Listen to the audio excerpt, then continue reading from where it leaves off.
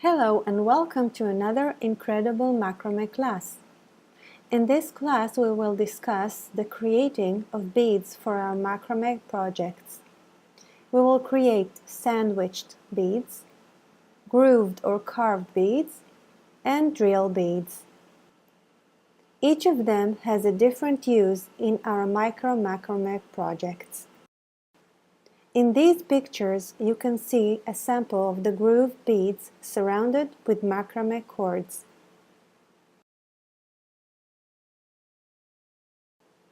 So let's start. This is the grooved beads which I manually carved with a drill, and this is the sandwiched beads. Both beads can be used in your project. If you do not have an electric drill, you can use the sandwich technique. Here is a sample of a grooved bead surrounded with macrame cords. So let's create a sandwich grooved bead. I also like to call them Oreo beads because they are like the Oreo cookie. There's the top, the bottom, and the middle. Choose two cutters that are slightly larger or smaller one from another. Then use a sheet that you already made, which is rolled to a medium thin setting. This is rolled to number 4 in my pasta machine. This is the top, of course. Smooth the edges with your fingers.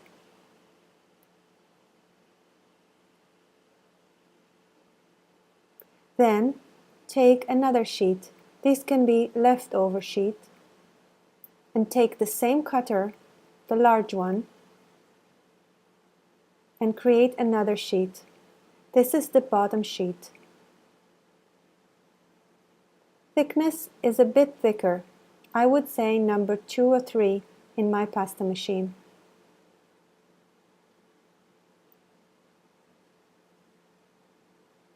Now for the middle, we will need another sheet of clay. I'm taking the smaller cutter, cutting a piece,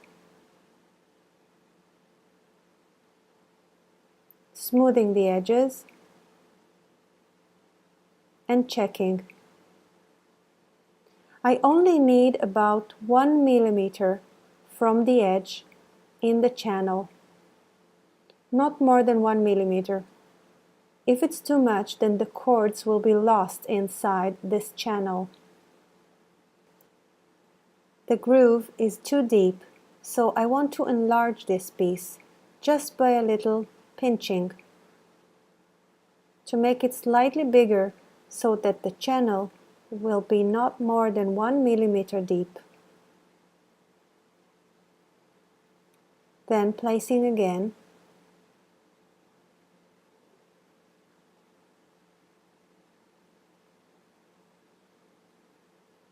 Stretching if necessary, carefully not to distort the shape.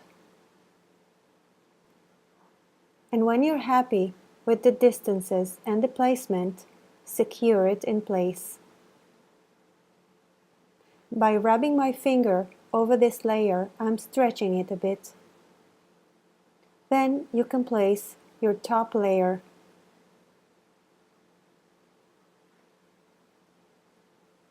This is of course a more complex shape, the teardrop, but you can do the same with a circle, a square, an oval bead, any shape of your choice.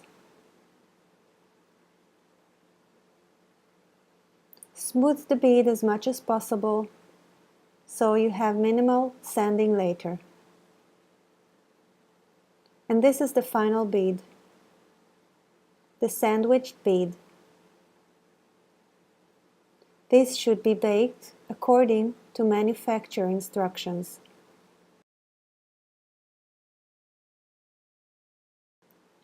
Another option to create a grooved bead is to use a manual drill. I'm using the Craftsman cordless rotary tool, but Dremel will work as well.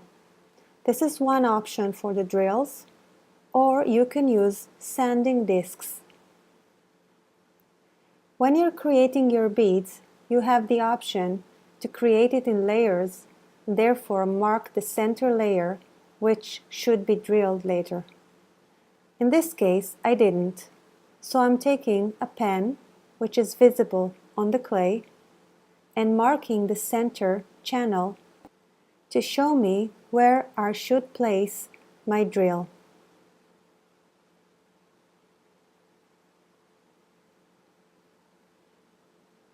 I'm going all around the bead, creating a line which will mark the path of the drilling. Place a baby wipe under your drilling area to catch the dust. I'm also using a facial mask. You will shortly see the amount of dust coming out of the bead. Please protect your health by protecting yourself. So let's start. I'm turning the drill on, starting with a low speed, and now starting to follow the line I drew earlier. Be careful with the drill and your fingers. If you are worried about working with the drill without gloves on, then wear gloves. I took the risk, but only because I'm certain of my hand stability. If this is new to you, or you're not sure about your stability, then protect yourself. I'm starting by creating the channel, the initial channel, going all around following the line I drew earlier.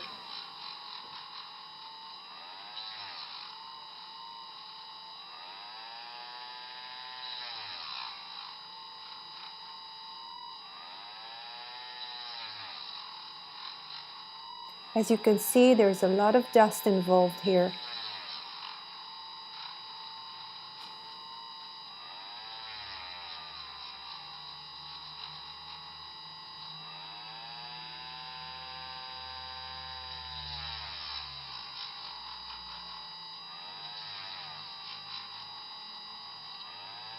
It's much more complicated to do the carving or the drilling in a thin bead. If it's your first time, then try doing it on a thicker bead until you get the idea of doing it.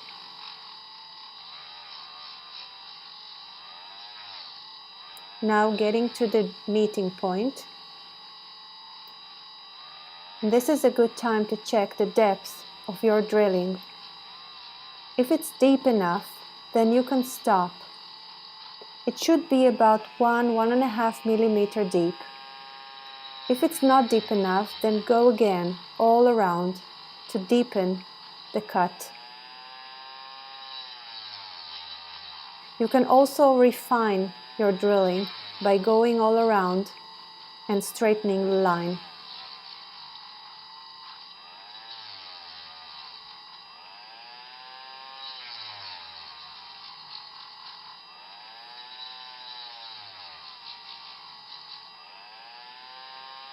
Please work in a well-ventilated area when you're doing this, even though you're wearing the mask.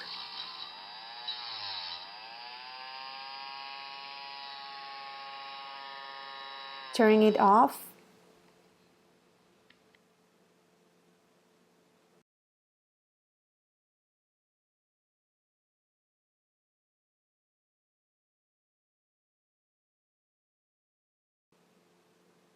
Shaking all the excess dust. After you finish, you can put this in running water to clean everything.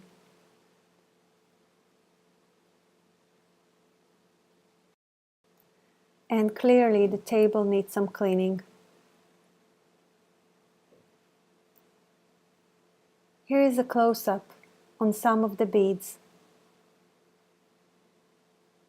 You can see the depth of the channel, which fit the cord and some extras.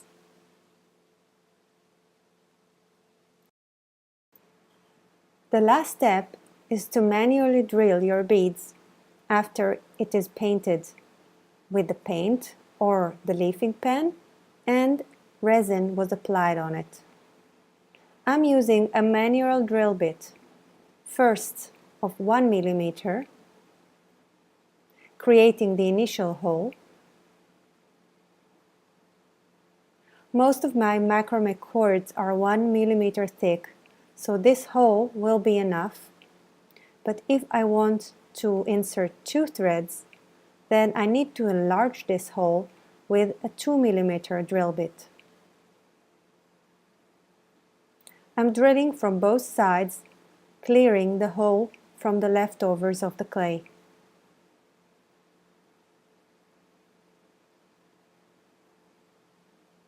This is the bigger drill bit, 2 millimeter thick.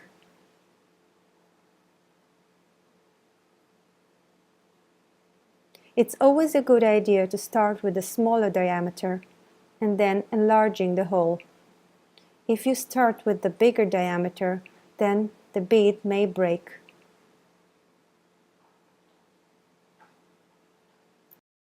I'm going all the way through until reaching the outer edge of the other side, and then flipping the bead and going through from the other side.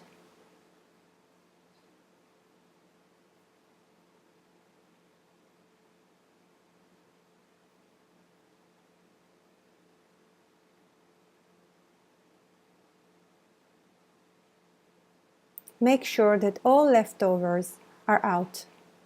And now to check if 2 cords fit this hole, I'm folding one of my cords in half, trimming the edge to make it easier to insert to the hole, and then checking, and it fits nicely. This is the 2 millimeters hole.